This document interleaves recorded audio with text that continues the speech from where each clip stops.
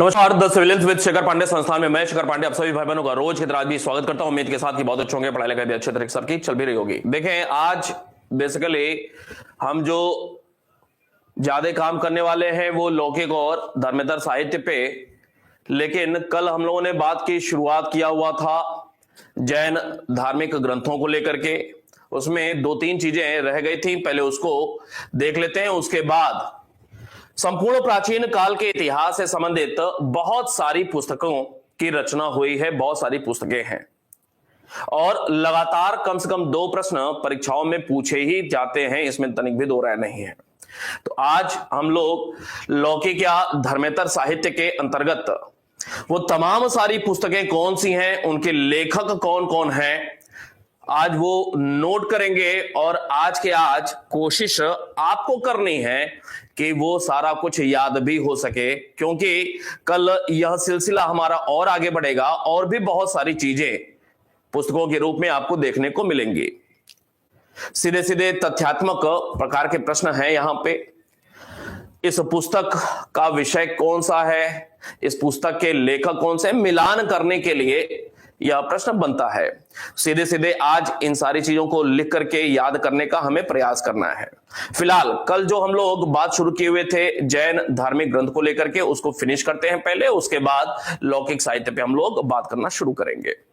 आपको कल बताया था जैन धार्मिक साहित्य के अंतर्गत कि जो प्राचीनतम जैन ग्रंथ है उसको पुव के नाम से जाना जाता है। बिल्कुल ध्यान से आंख बंद करें और सुनते रहें। प्राचीनतम जो जैन ग्रंथ है वो पुव के नाम से जाना जाता है, जिसमें महावीर स्वामी की स्पष्ट रूप से जो शिक्षाएं दी गई थी, जो उपदेश थे, वो संकलन किया गया था। कुल इनकी संख्या, पुव ग्रंथों की संख्या कुल थी 14। कई बार ये जो पुव होता है ना, पुव को या तो ऐसे भी लिखते हैं या फिर पूर्व शब्द भी लिखते हैं। कितनी संख्या हो गई इनकी? 14।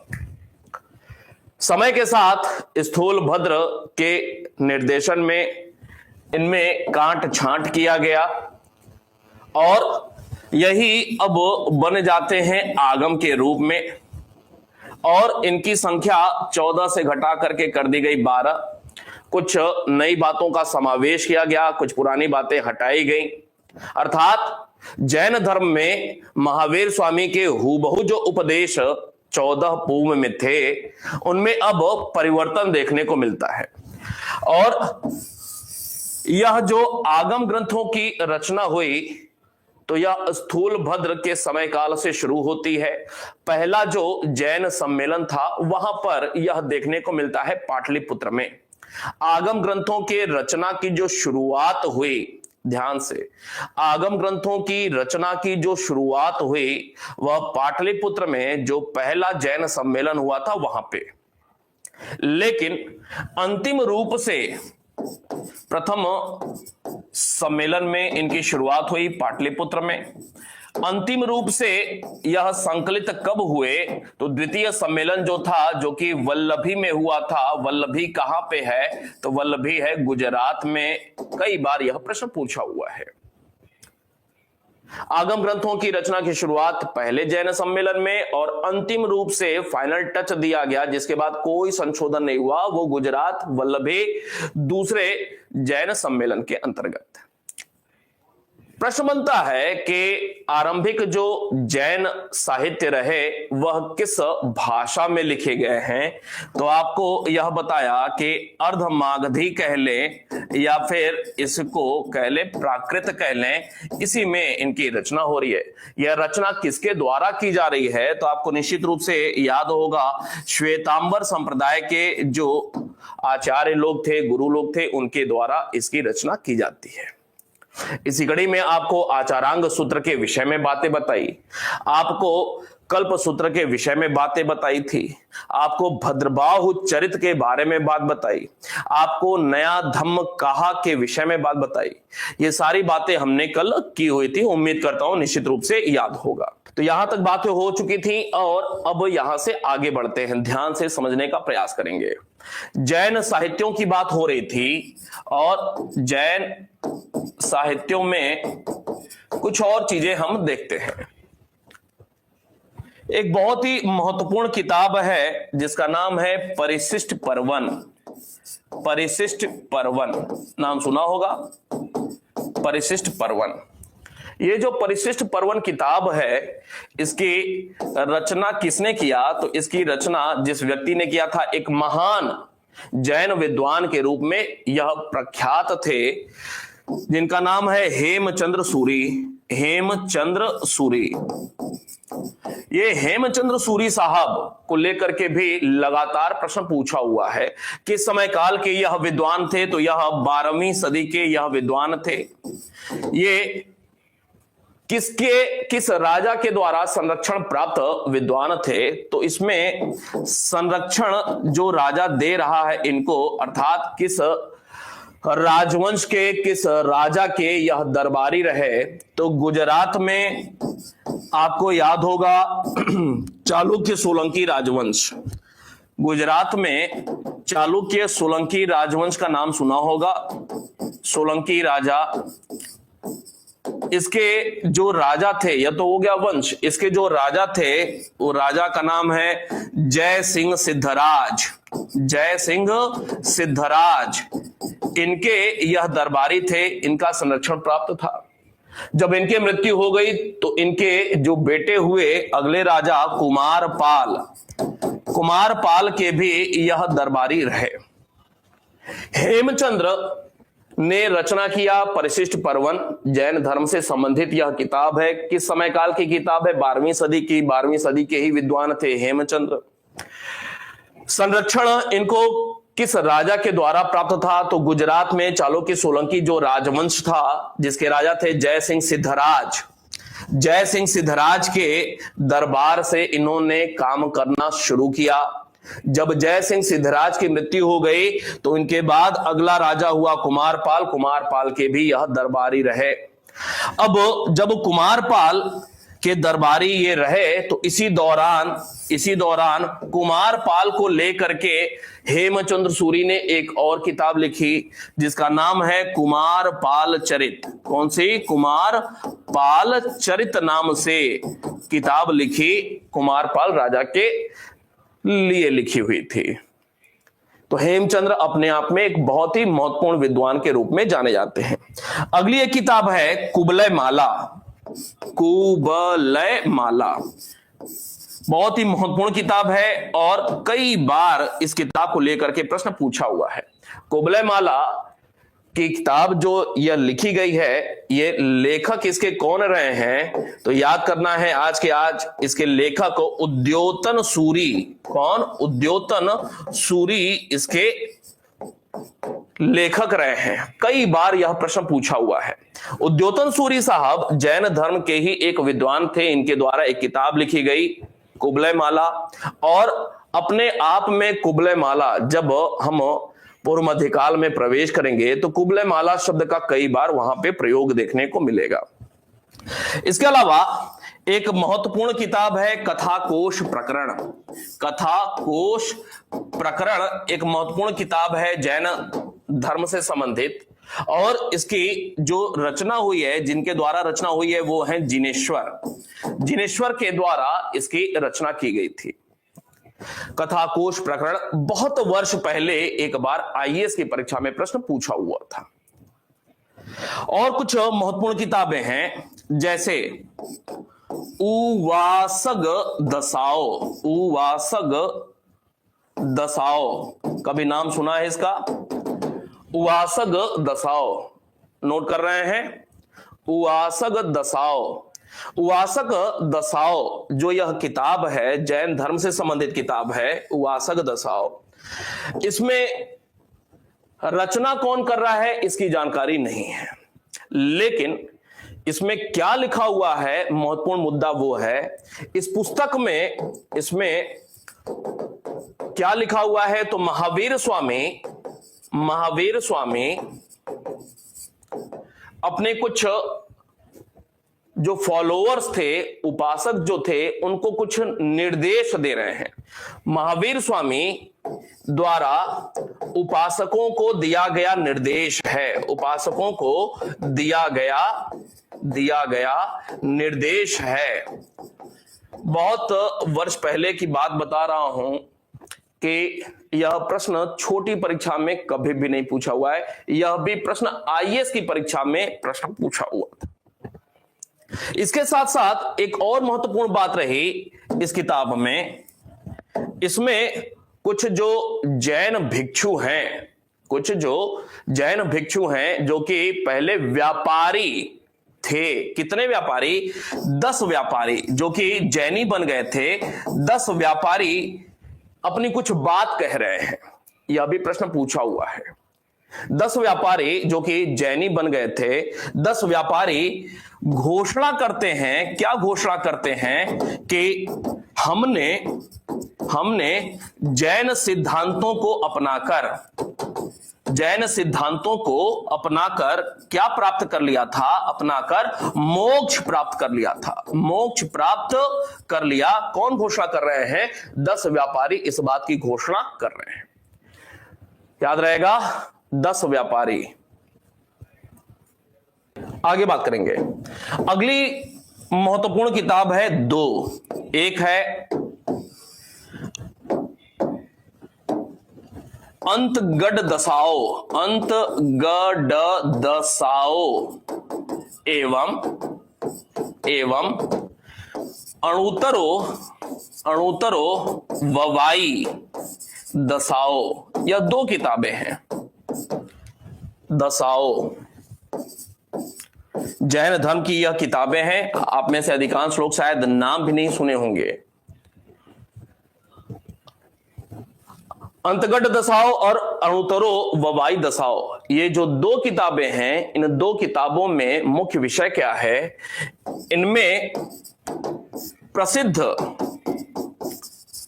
जैन भिक्षुओं की जीवनी लिखी हुई है कि जीवनी। यह भी प्रश्न पूछा हुआ है, हाल फिलहाल में नहीं, काफी वर्ष पहले यह भी प्रश्न पूछा हुआ है। एक और किताब देखते हैं, विवाग सुयम। जैन धर्म से संबंधित एक पॉपुलर किताब है विवाग सुयम।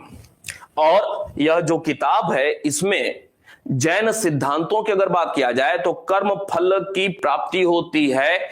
आदमी जो भी कर्म करता है, व्यक्तियों के द्वारा जो कर्म किए जाते हैं, उनका निश्चित ही फल मिलता है।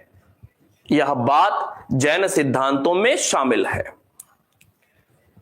और कर्मफल की प्राप्ति होती है, तो कर्मफल के संदर्भ में या कर्म के संदर्भ में जो बात जैन ग्रंथ में लिखी हुई है, वो कौन सी किताब है? तो वो जैन ग्रंथ है विवाग सुयम।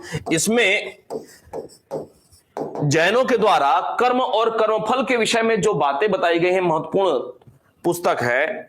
इसमें कर्मफल का उल्लेख किया गया है। कर्मफल का उल्लेख देखने को मिलता है। जैन धर्म में कुछ पुराणों का भी विशेष महत्व है। जैन धर्म में कुछ पुराणों का संबंध जैन धर्म से है। ऐसे कौन से कुछ पुराण हैं? क्या आपको पता है? क्या आदि पुराण का नाम सुना है?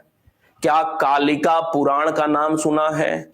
क्या आदि पुराण का नाम सुना है? ये सारे कुछ ऐसे पुराण हैं जो कि ब्राह्मण धर्म से संबंधित नहीं है, बल्कि जैन धर्म से संबंधित ये कुछ पुराण हैं।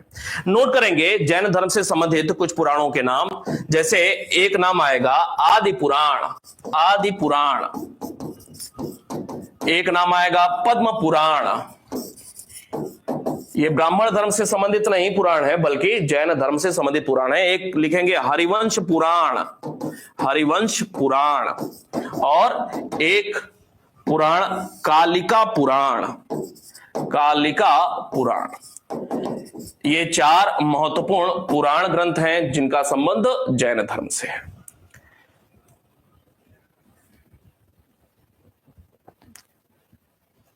ठीक है, तो ये कुछ महत्वपूर्ण किताबें बताई आपको जैन धर्म से संबंधित। और कुछ भी जो कुछ छूटा हुआ होगा वो जब महावीर स्वामी और जैन धर्म हम लोग पढ़ेंगे महाजनपद काल के अंतर्गत, तो वहां कुछ और चीजें आपको देखने को मिलेंगी। आज का जो हमारा मुख्य टॉपिक है वो है लौकिक या धर्मेतर साहित्य। लौकिक इस वजह से कहा जाता है क्योंकि आम लोगों में यह प्रचलित होता है, आम लोगों में यह प्रचलित होता है, इस वजह से लौकिक कहा जाता है।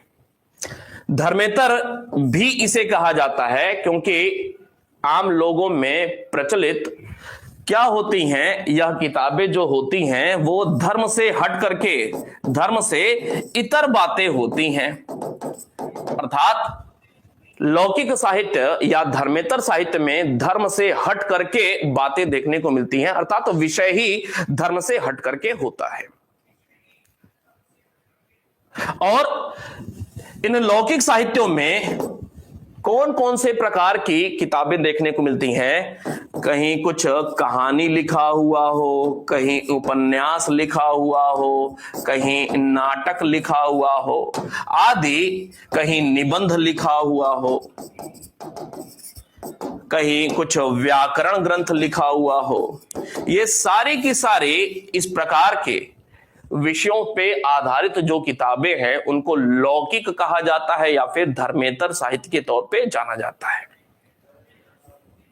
इनको हमें नोट करना है, नोट करना है, और मैं बोलता जा रहा हूं, आप नोट करते चले जाएं और कोशिश यह करना है कि आज के आज ही यह याद हो जाए, क्योंकि संख्या में यह बहुत ज्यादा है। ठीक है, 20-25 नहीं, कम से कम 50 और उससे भी ज्यादा होंगे। ठीक है, नोट करना शुरू करेंगे। पहली किताब, हेडिंग आपका रहेगा लौकिक या धर्मेतर साहित्य। नोट करना शुरू करेंगे। सबसे पहले अर्थशास्त्र शुरू करेंगे। अर्थशास्त्र लिखेंगे कौटिल्य या फिर चाणक्य, जैसे मैं लिख रहा हूं वैसे ही नोट करते चले जाएंगे। कौटिल्य या चाणक्य, यह विधि ऑब्लिक प्रशासन या शासन पर पुस्तक लिखी गई है, पुस्तक है। अर्थात नाम भले ही अर्थशास्त्र है, लेकिन यह अर्थशास्त्र किताब अर्थव्यवस्था पर नहीं है, विधि अर्थात कानून पर किताब है, प्रशासन पर किताब है, या फिर राजनीति विषय पर लिखी हुई यह किताब है। दूसरा नोट करेंगे राजतरंगिणी। राजतरंगिणी, इसके विषय में हम लोग थोड़ा नोट करेंगे। राजतरंगिणी, राजतरंगिणी किसकी रचना है? डैश कल्हड़। इसमें हम नोट लिखेंगे, 8-10 लाइन हम नोट लिखेंगे, बड़ा ही महत्वपूर्ण है, लोगों को जानकारी कम है इसके बारे में। नोट लिखेंगे इस किताब के बारे में, सबसे ज्यादा इसी के विषय में हमें नोट करना है। नोट करना शुरू करेंगे जरा। कल्हड़कृत राजतरंगिणी, कल्हड़कृत राजतरंगिणी, कल्हड़कृत राजतरंगिणी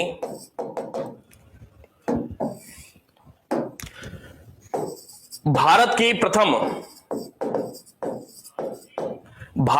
प्रथम ऐतिहासिक रचना, भारत की प्रथम ऐतिहासिक रचना, भारत की प्रथम ऐतिहासिक रचना मानी जाती है। कल्हड़ ने 1148 में, कल्हड़ ने 1148 में 1148 में इसकी रचना आरंभ की, इसकी रचना आरंभ की, और इसे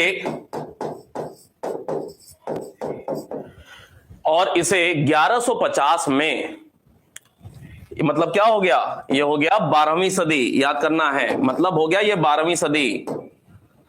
1150 में, 1150 में लोहार वंश के राजा, लोहार, कश्मीर में लोहार वंश था, लोहार वंश के राजा जय सिंह, लोहार वंश के राजा जय सिंह के समय पूरा किया।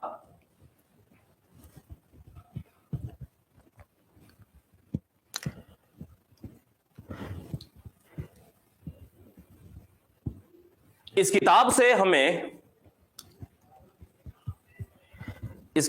हमें कश्मीर के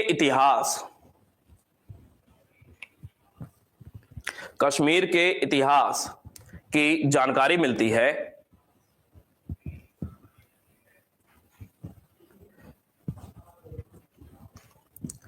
कश्मीर के इतिहास की जानकारी मिलती है। यह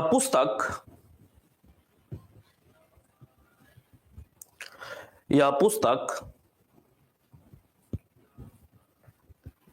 संस्कृत में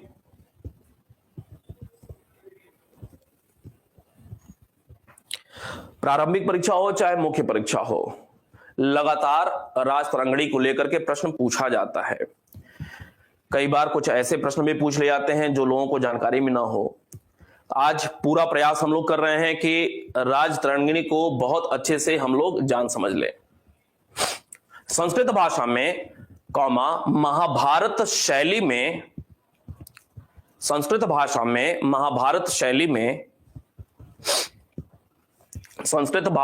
महाभारत शैली में रचित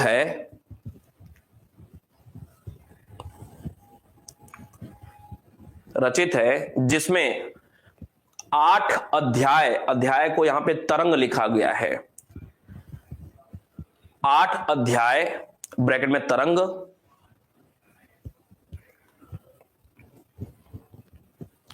एवं 8000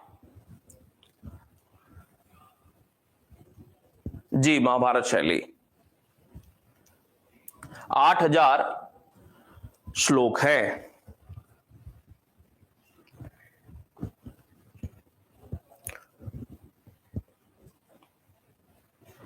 राजतरंगिणी का अर्थ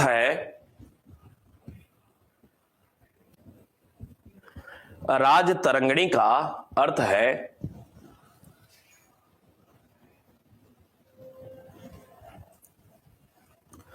डैश राजाओं की सरिता।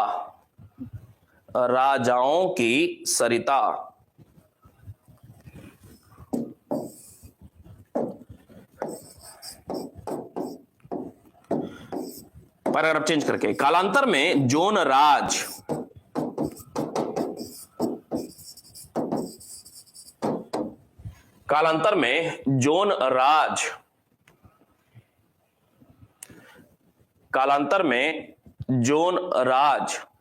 ने इसका विस्तार जैनुल आबिदीन तक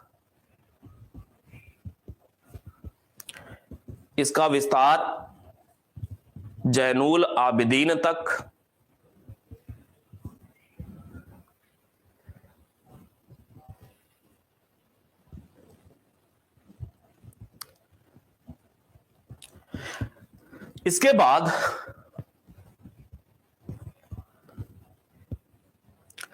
बाद क्रमशः श्रीवर,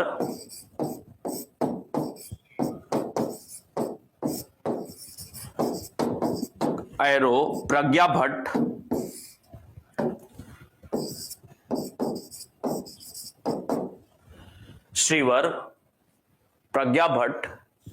एवं सूका ने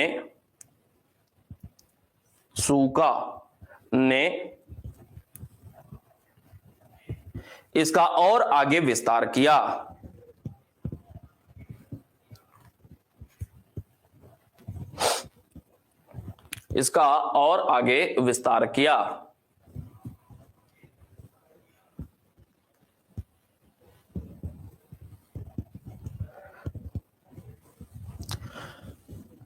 पैराग्राफ चेंज करके, उल्लेखनीय है कि शाह मीर वंश के राजा उल्लेखनीय है कि शाह मीर वंश के राजा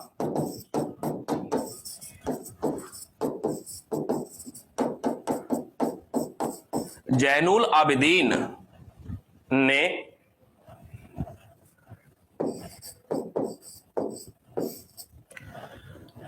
शामीर वंश के राजा जैनुल आबिदीन ने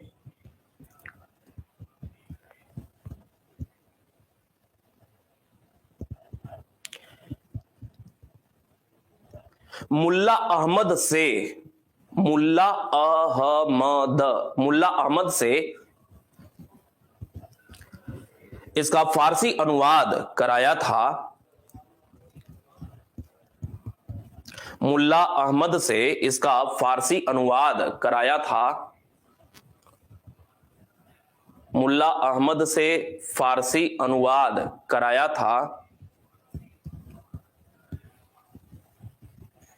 जबकि मुगल काल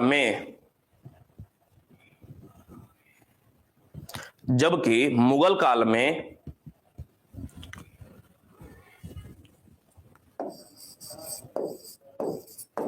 मुल्ला शाहबादी मुगल काल में मुल्ला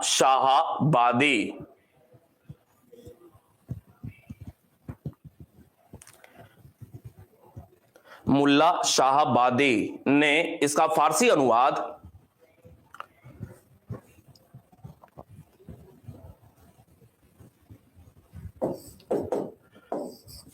बहर उल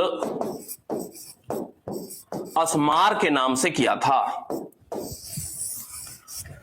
मुगल काल में इसका फारसी अनुवाद मुल्ला शाहबादी ने बहर उल असमार के नाम से किया हुआ था। राजतरंगिणी,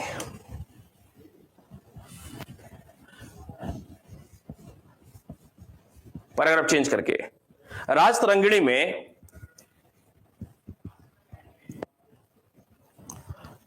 राजतरंगिणी में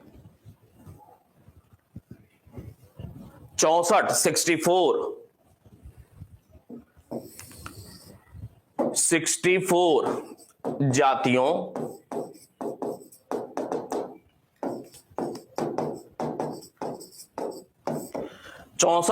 जातियों एवं 36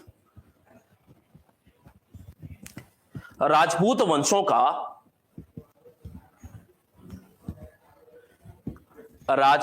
वंशों का उल्लेख है।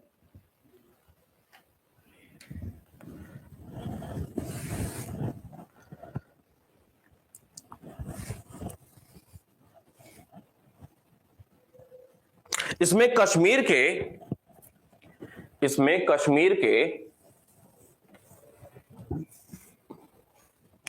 4 राजवंशों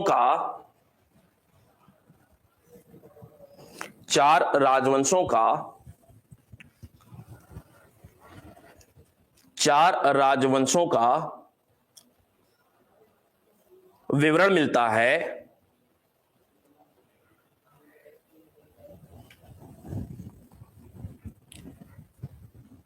जो हैं डैश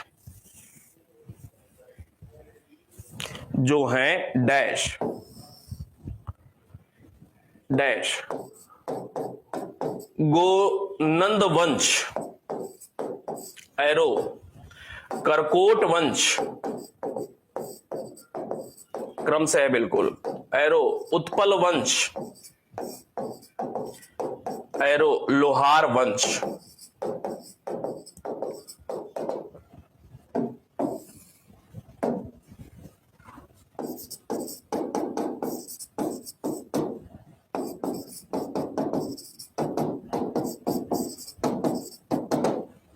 लाइन क्लोज। इसके अलावा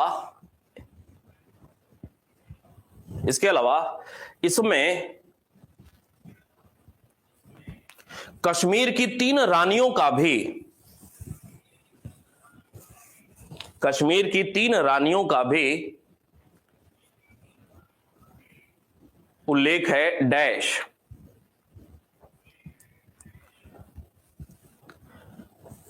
उल्लेख है डैश।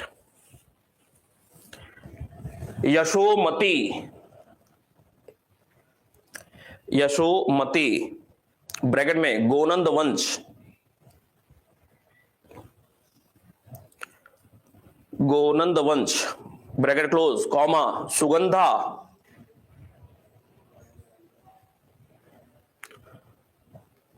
ब्रैकेट में उत्पल वंश। उत्पल वंश ब्रैकेट क्लोज कॉमा दिद्दा।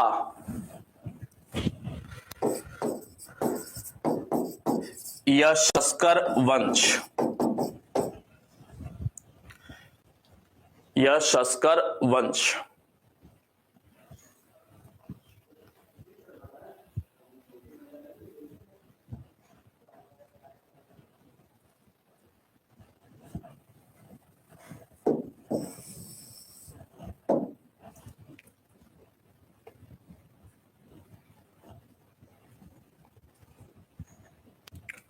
हो गया फिलहाल इतना। चले अगले नंबर पे, तीसरे नंबर पे समरादित्य कथा। समरादित्य कथा।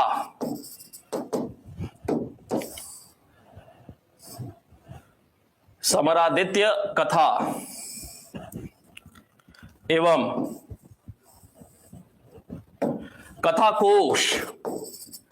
कथाकोश किसके द्वारा लिखेंगे? हरिभद्र। इधर किताबों के नाम, इधर राइटर के नाम। समरादित्य कथा तथा कथाकोश किसके द्वारा? हरिभद्र। अगला पंचतंत्र। पंचतंत्र विष्णु शर्मा। पंचतंत्र विष्णु शर्मा, इसमें भी नोट लिखेंगे, नोट। पंचतंत्र विष्णु शर्मा।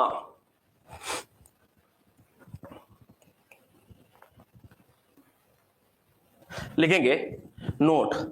कलीला व दिमना नाम से, कलीला व दिमना नाम से इसका अरबी अनुवाद, कलीला व दिमना यह अरबी अनुवाद है। कलीला व दिमना नाम से इसका अरबी अनुवाद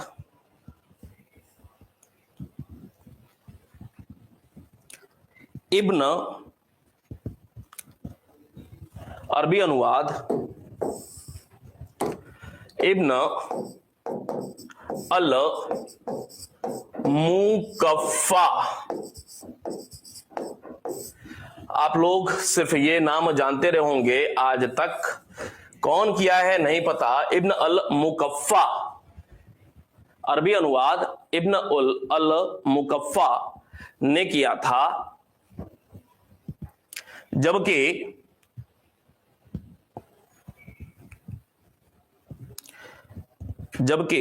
इसका फारसी अनुवाद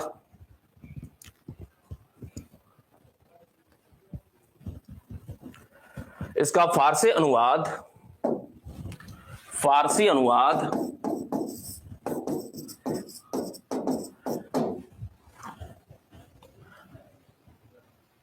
अबुल फजल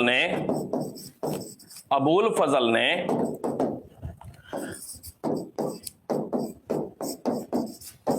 अनवारे सुहेली नाम से किया था।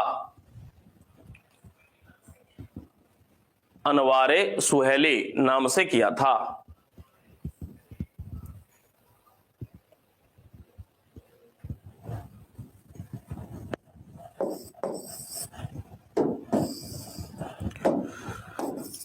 अगली किताब कीर्ति कौमुदी एवं रसमाला। कौन? सोमेश्वर। कीर्ति कौमुदी एवं रसमाला, कौन? सोमेश्वर।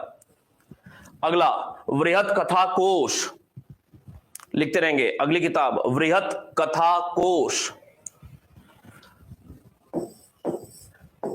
वृहत कथा कोश। अगली किताब वृहत कथा कोश। राइटर लिखेंगे हरिशेन, हरिशेन,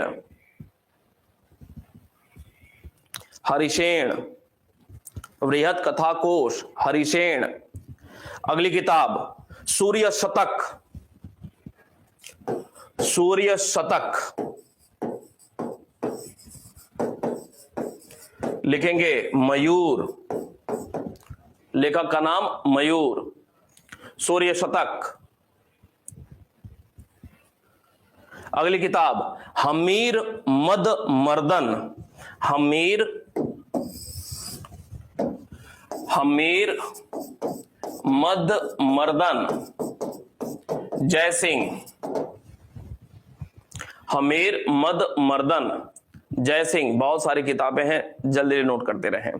अगली किताब प्रबंध चिंतामणि, प्रबंध चिंतामणि। लेखक में लिखेंगे डैश करके मेरुतुंग, मेरुतुंग। अगली किताब मत्त विलास प्रहसन, मत्त विलास प्रहसन एवं भगवद जुकीयम, जुकीयम। महेंद्र वर्मन प्रथम, पल्लव वंश का राजा महेंद्र वर्मन प्रथम। अगली किताब नोट करेंगे गाथा सप्तशती, जी मेरुतुंग, गाथा सप्तशती। अगली किताब डैश, गाथा सप्तशती।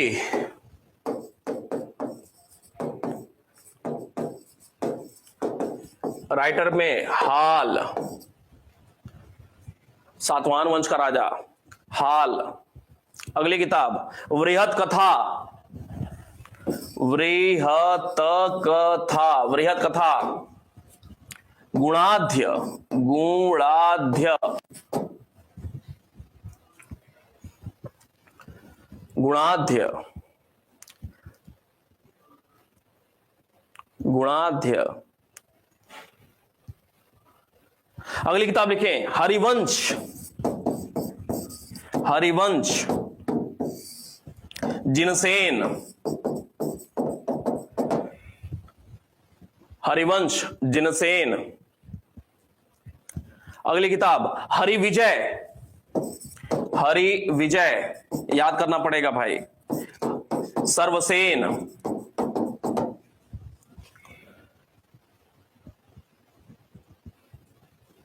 अगली किताब सेतुबंध, सेतुबंध। लेखक में लिखेंगे प्रवर सेन द्वितीय, वाकाटक वंश का राजा। किताब का नाम था सेतुबंध, राइटर में प्रवर सेन द्वितीय। अगली किताब लिखेंगे पवनदूत, पवनदूत। राइटर में लिखेंगे धोई, धोनी नहीं है, धोई।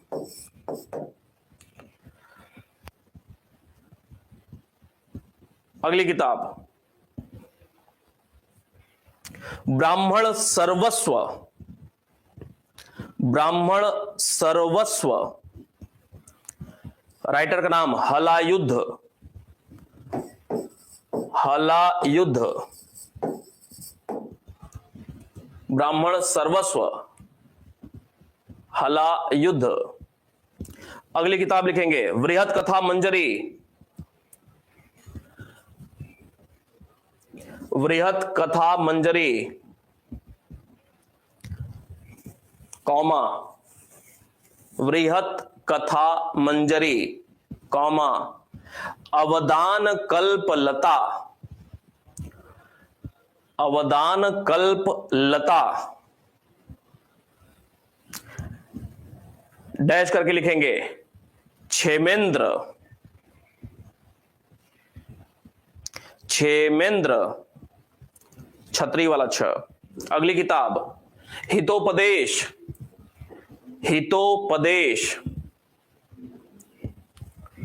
हितोपदेश, क्षेमेंद्र जी। हितोपदेश डैश नारायण पंडित, नारायण, नारायण, नारायण पंडित, हितोपदेश। इसके नीचे एक नोट लिखेंगे, हितोपदेश, एक नोट लिखेंगे। मुगल काल में इसका फारसी अनुवाद, मुगल काल में इसका फारसी अनुवाद, मुगल काल में इसका फारसी अनुवाद ताजुल माली ने किया था।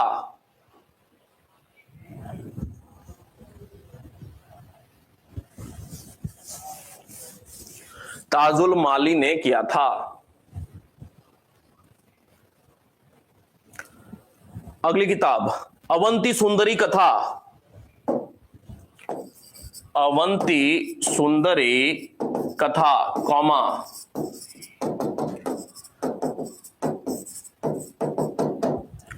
अवंती सुंदरी कथा, कॉमा, काव्यादर्श,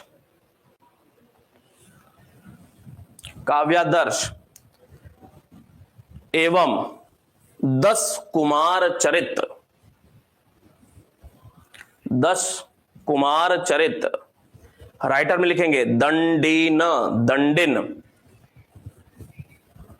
दंडिन, पल्लव काल में दंडिन, कई जगहों पे सिर्फ दंडी भी लिखा मिल जाता है। अगली किताब गौड़ वहो,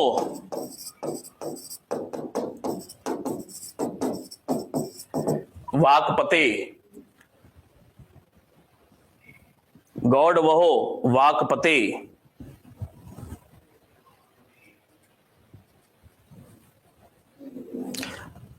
अगली किताब विक्रमांक देवचरित, विक्रमांक देवचरित, कॉमा, और भी किताबें शांति शतक, कॉमा दे करके, शांति विक्रमांक देवचरित, कॉमा, शांति शतक, कॉमा, चौर पंचाशिक, चौर पंचाशिक। राइटर में लिखेंगे बिल्हड़, कल्हड़ के भाई बिल्हड़।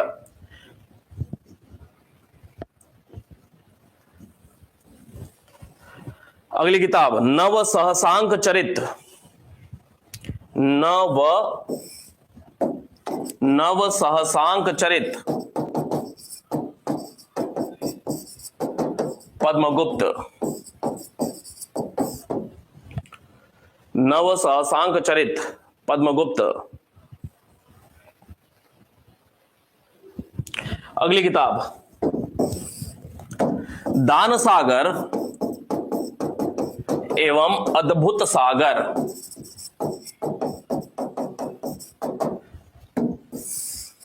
सेन वंश के राजा बल्लाल सेन, बल्लाल सेन,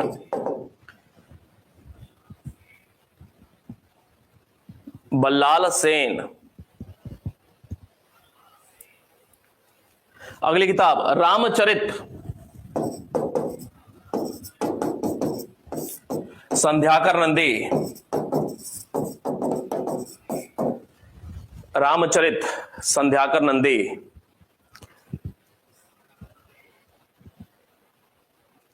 अगली किताब पृथ्वीराज विजय,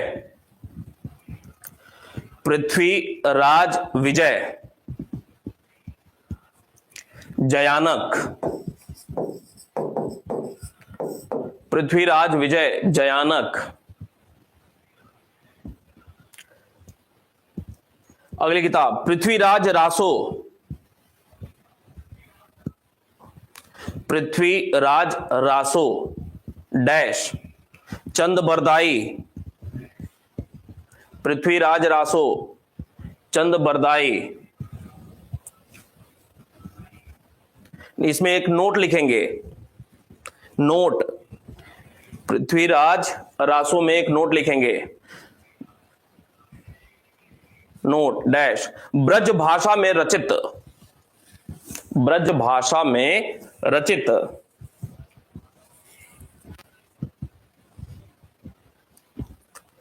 इस पुस्तक को हिंदी साहित्य का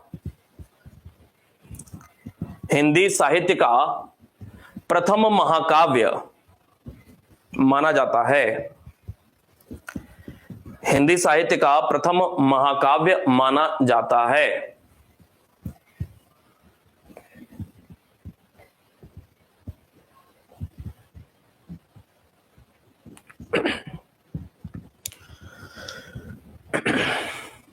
अगली किताब प्रबोध चंद्रोदय, प्रबोध चंद्रोदय।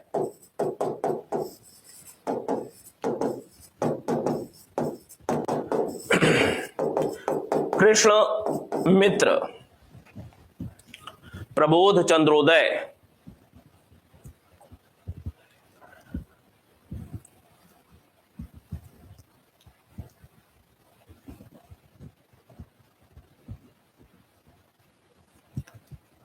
कृष्ण मित्र। अगली किताब गीत गोविंद, गीत गोविंद डैश जयदेव, गीत गोविंद जयदेव।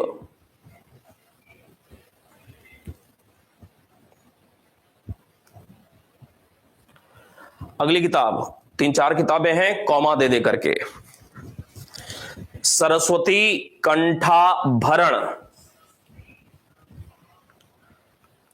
सरस्वती कंठाभरण कॉमा श्रृंगार प्रकाश,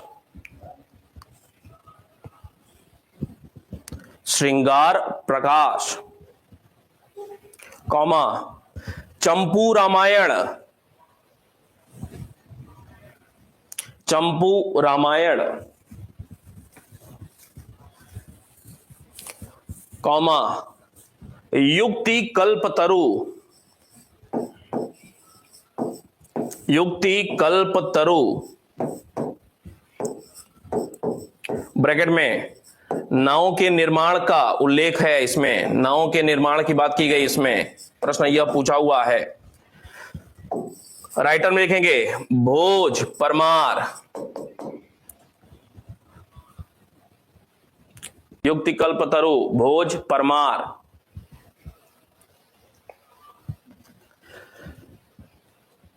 अगली किताब में लिखेंगे कर्पूर मंजरी, कर्पूर मंजरी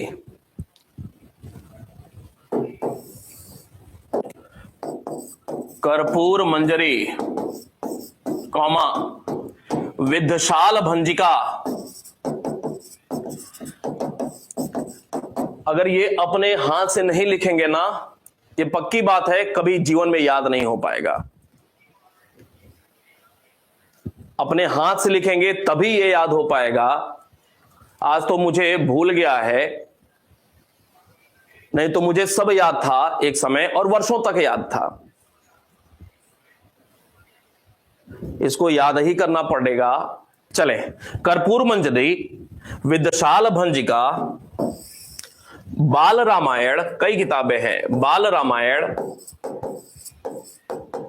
बालकोश, भुवन कोश, लिखते रहे, कई किताबें हैं।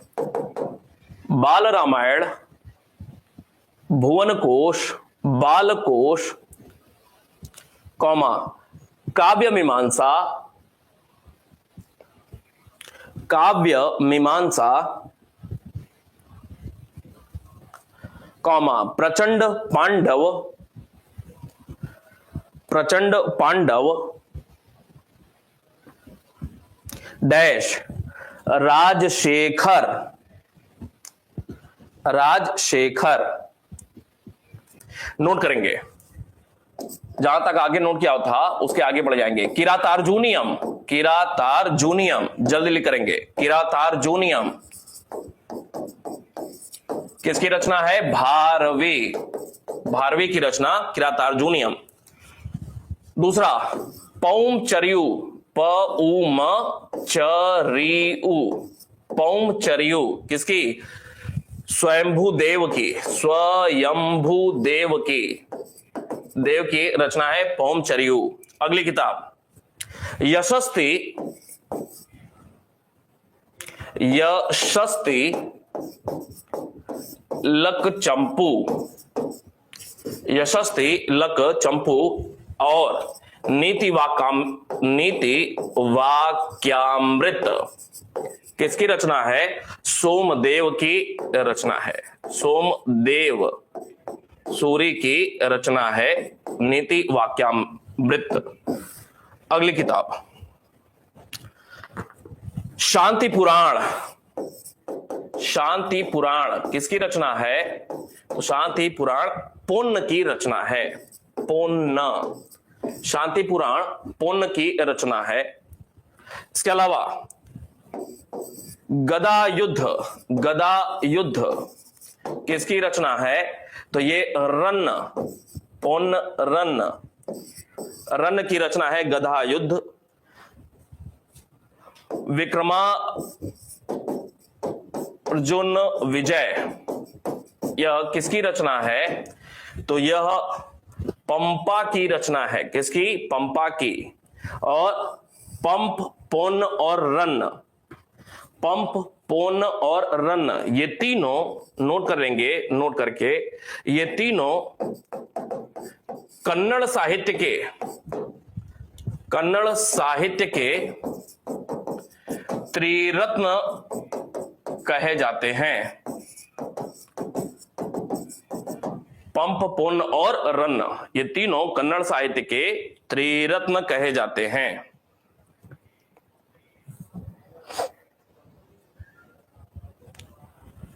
अगली किताब आंध्र शब्द चिंतामणि, आंध्र शब्द चिंतामणि किसके द्वारा? तो नन्ना या नन्नाई के द्वारा, नन्ना या नन्नाई के द्वारा। और इसमें एक महत्वपूर्ण नोट लिखना है कि यह तेलुगु भाषा का, तेलुगु भाषा का प्रथम महाकाव्य है, प्रथम महाकाव्य है।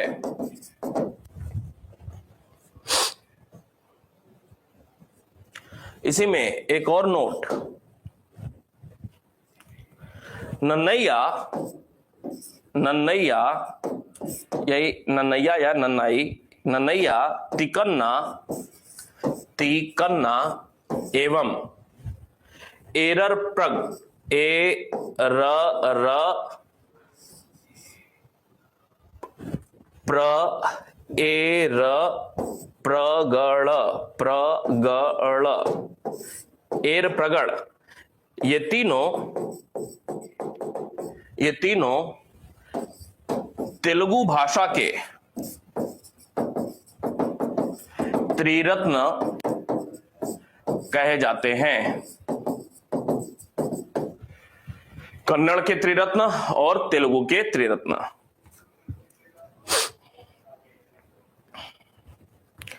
आगे बात करेंगे।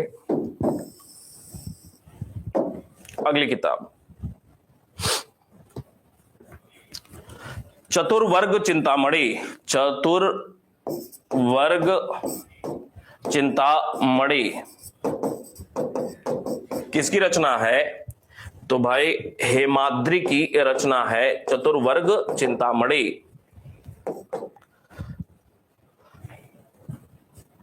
काव्यालंकार, काव्यालंकार किसकी रचना है? वामन की रचना है काव्यालंकार, वामन। अगली किताब काव्य प्रकाश, काव्य प्रकाश किसकी रचना है? मम्मट। मम्मट की रचना है काव्य प्रकाश।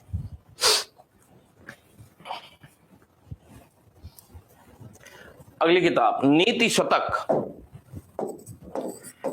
नीति शतक भर्तृहरि की, भर्तृहरि की किताब नीति शतक। एक और न्याय भाष्य, न्याय भाष्य वात्स्यायन की किताब, वात्स्यायन की किताब न्याय भाष्य। कामसूत्र भी इन्होंने लिखा हुआ था।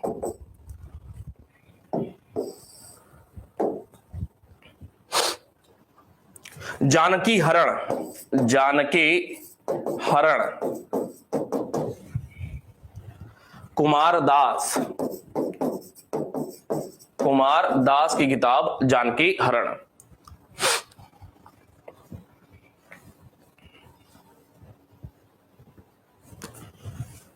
शुक सप्तति, यह भी प्रश्न पूछा हुआ है। शुक सप्तति, शुक सप्तति किसकी रचना है?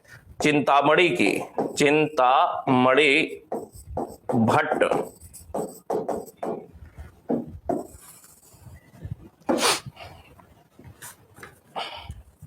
शिशुपाल वध, शिशुपाल वध माघ, महाकवि माघ की रचना है। अगली किताब नैषध चरित, नैषध चरित एवं खंड खाद्य किसकी रचना है? खंड खाद्य, शुद्ध लिखिएगा, श्रीहर्ष की रचना है। अशुद्ध नहीं लिखेगा, शुद्ध लिखेगा। श्रीहर्ष की रचना है नैषध चरित और खंड खाद्य। इसके अलावा एक हेडिंग डालेंगे, एक हेडिंग डालेंगे प्रमुख नाटक ग्रंथ, प्रमुख नाटक ग्रंथ, प्रमुख नाटक ग्रंथ।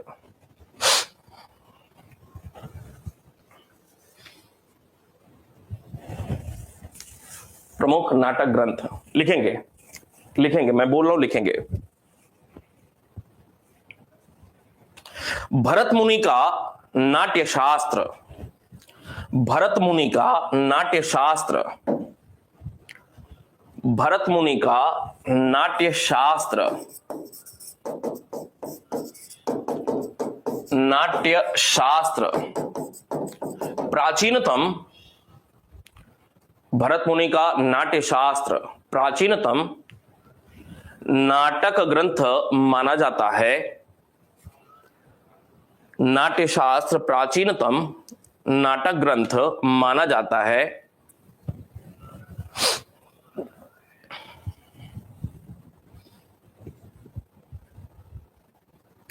कालांतर में, कालांतर मतलब बाद में, कालांतर में, कालांतर में अभिनव गुप्त,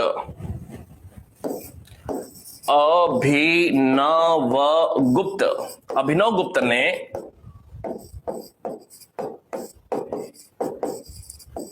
नाट्य शास्त्र पर, अभिनव गुप्त ने नाट्य शास्त्र पर टीका लिखी थी।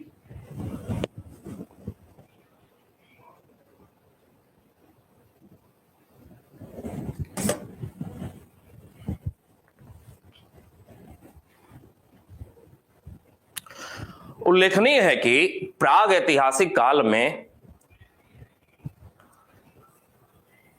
उल्लेखनीय है कि प्राग ऐतिहासिक काल में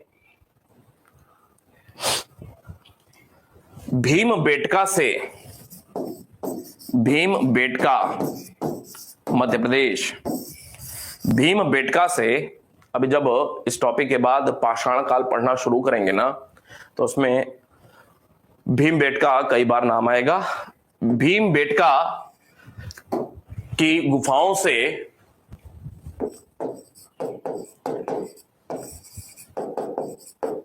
नाट्यशाला का, भीमबेटका की गुफाओं से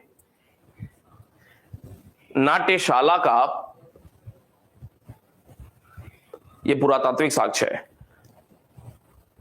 का प्राचीनतम साक्ष्य मिलता है।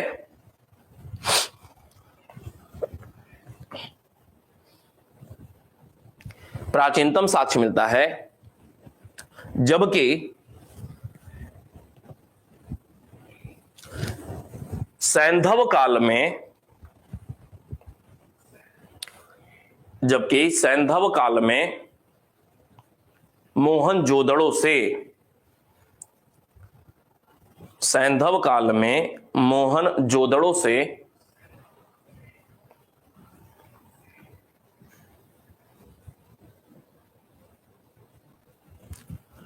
मौर्य काल में, मौर्य काल में नाट्यशाला का प्राचीनतम साक्ष्य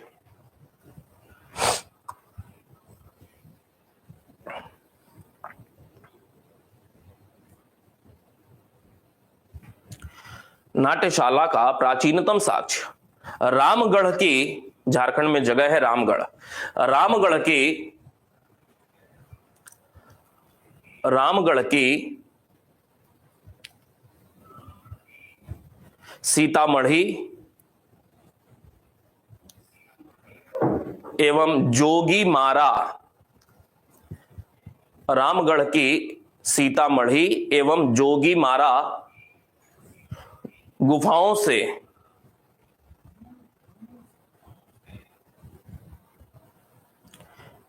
प्राप्त होता है, गुफाओं से प्राप्त होता है।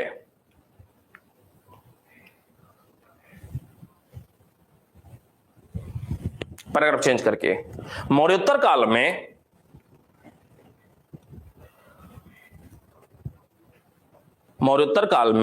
महाकवि भास ने,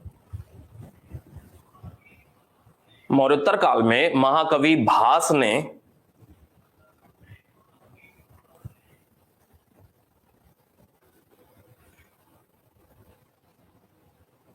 तेरह नाटक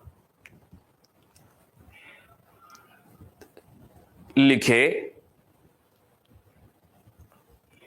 जिनमें प्रमुख हैं स्वप्नवास वदत्ता,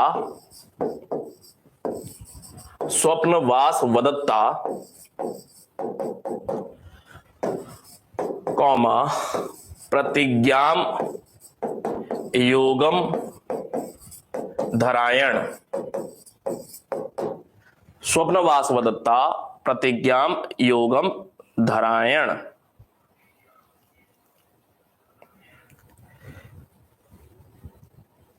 एक और लिख ले, दरिद्र चारुदत्त, दरिद्र कॉमा दे करके चारुदत्त आदि, दरिद्र चारुदत्त आदि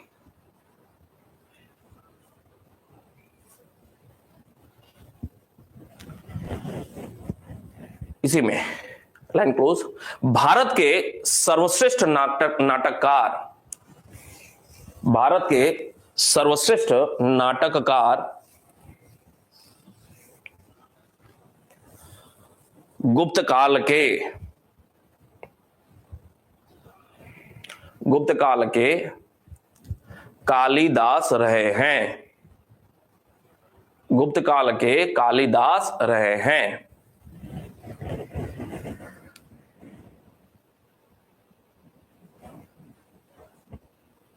चले एक हेडिंग डालेंगे, प्रमुख नाटक ग्रंथ हैं डैश, प्रमुख नाटक ग्रंथ हैं डैश,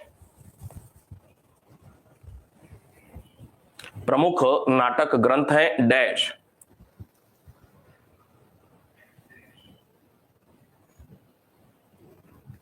डैश नीचे नंबर 1 अश्वघोष की सारी पुत्र प्रकरण, अश्वघोष की सारी पुत्र प्रकरण, इसमें ब्रैकेट में भी लिखेंगे कुछ।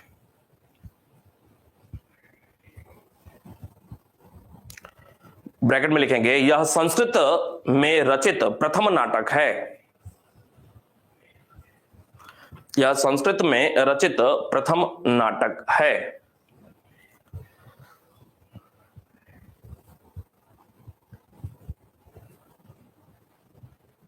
इसके कुछ अंश, इसी में लिखेंगे एक लाइन और, इसके कुछ अंश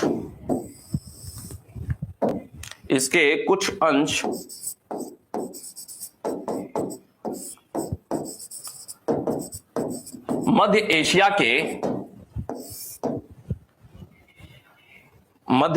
के तूर्फान,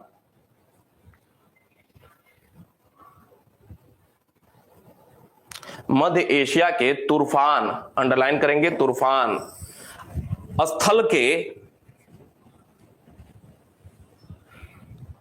के एक विहार से, बौद्ध विहार से प्राप्त हुए हैं।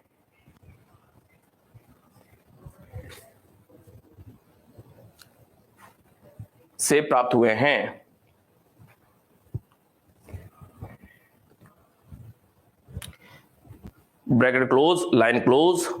नंबर 2, विशाख दत्त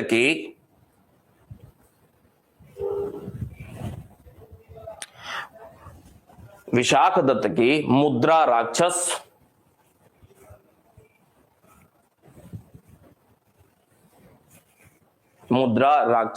ब्रैकेट में मौर्यकालीन ऑब्लिक चंद्रगुप्त मौर्य, जैसे जैसे बोल रहे हैं वैसे ही लिखेगा, काम आएगा बाद में, समझ में आएगी बाद में बात। मौर्यकालीन oblique Chandragupta Maurya, bracket close, एवं देवी चंद्रगुप्तम, ब्रैकेट में गुप्त काल।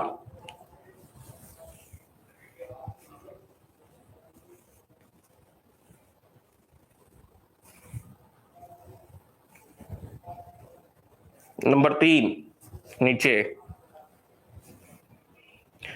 शूद्रक की मृच्छकटिकम,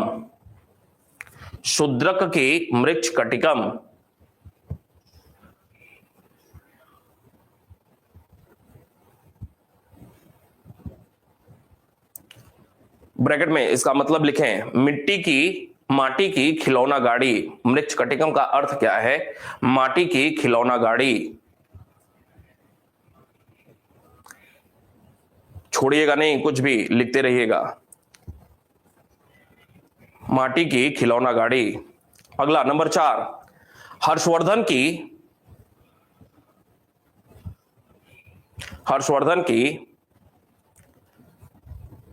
प्रियदर्शिका,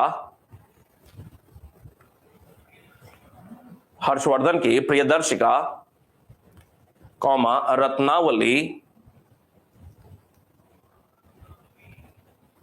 एवं नागानंद।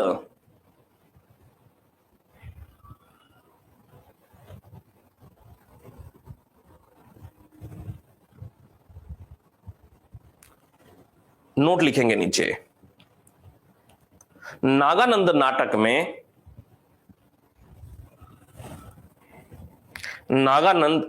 में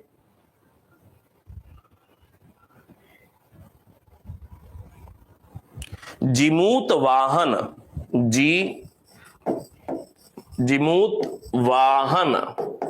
नामक एक बोधिसत्व, जिमूत वाहन नामक एक बोधिसत्व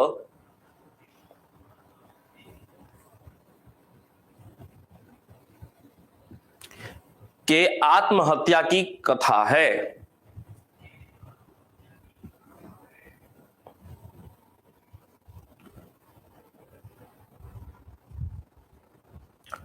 पांचवा, चौहान वंश के राजा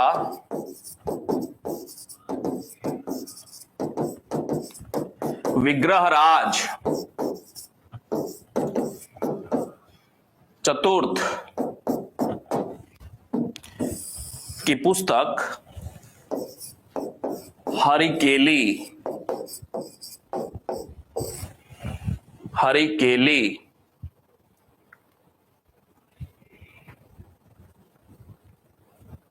ब्रैकेट में लिखेंगे इसके साथ, इस नाटक के कुछ अंश,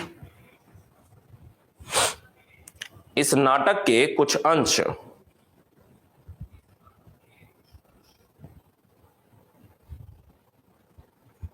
अजमेर के 2.5 दिन के झोपड़े,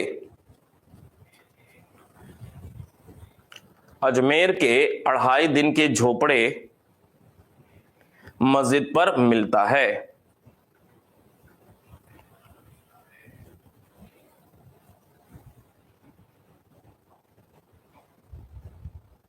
छठा सातवां जो भी हो, छठा या सातवां जो भी हो, सोमदेव की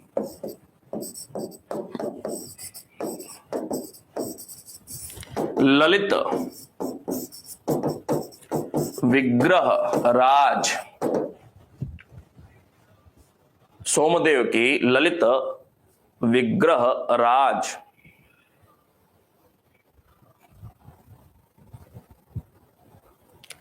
अगली, जयचंद की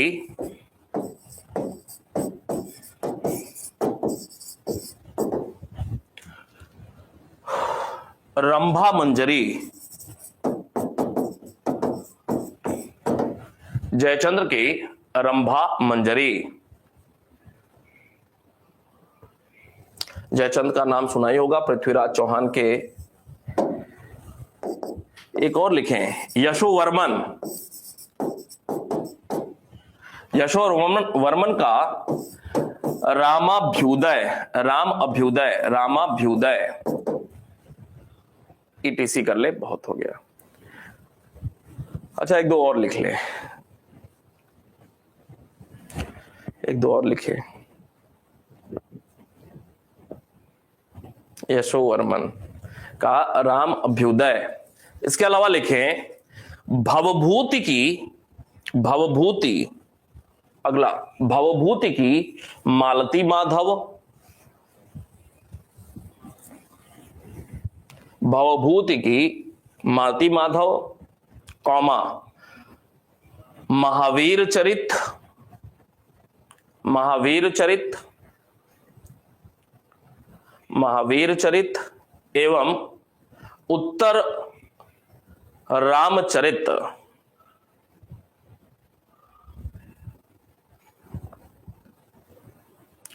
उत्तर रामचरित।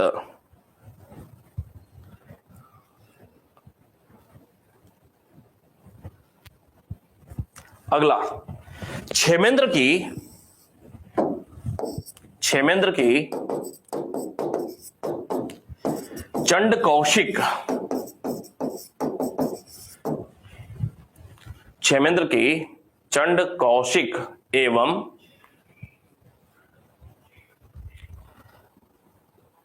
नैषधानंद, नैषध आनंद, नैषधानंद।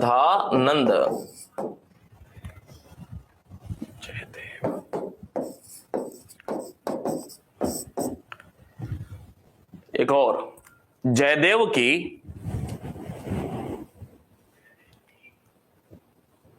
प्रसन्न राघव,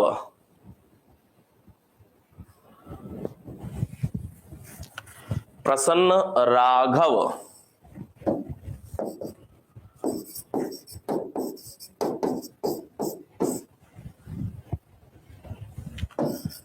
एक लास्ट, उमापति देव की, उमापति देव की पारिजात हरण,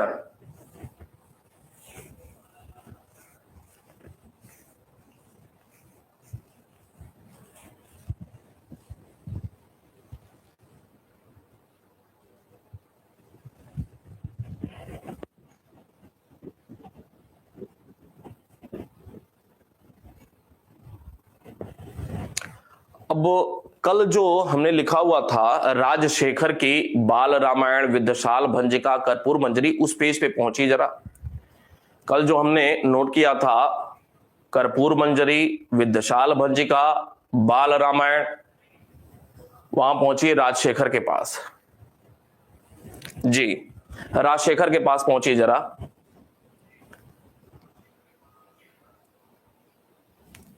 राजशेखर के पास पहुंचे जरा।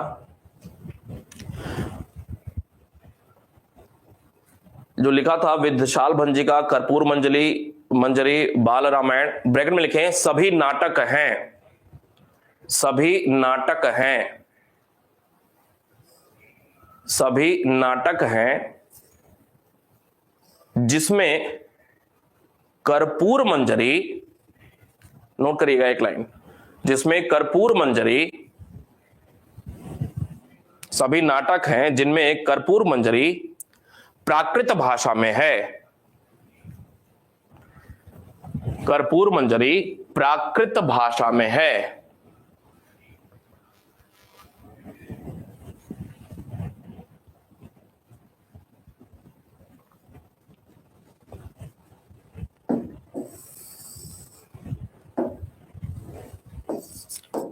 दो तीन लाइन और आज के लिए, फिर याद करिएगा इन सारी चीजों को। वास्तुशास्त्र पर लिखी पुस्तकें, दो तीन लाइन और हेडिंग डालेंगे, वास्तुशास्त्र पर लिखी पुस्तकें।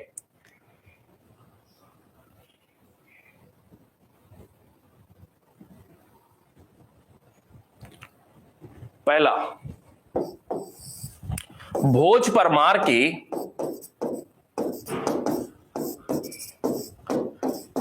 समरांगण सूत्रधार,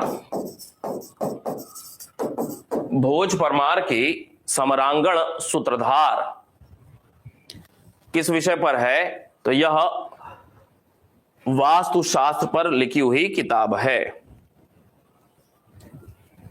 नंबर 2, सोमेश्वर तृतीय की मानसोल्लास,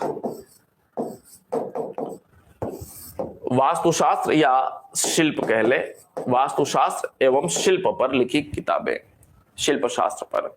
मानसोल्लास, इसी को मानसार भी कहा जाता है, ब्रैकेट में मानसोल्लास के साथ मानसार लिख लें।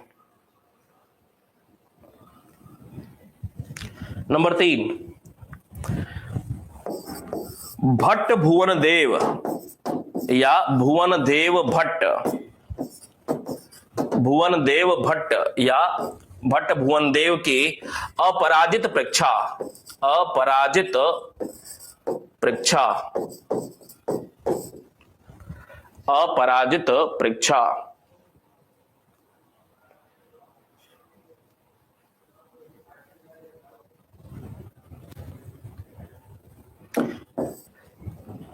बस करेंगे आज के लिए, ETC बस करेंगे आज के लिए। इतना याद करें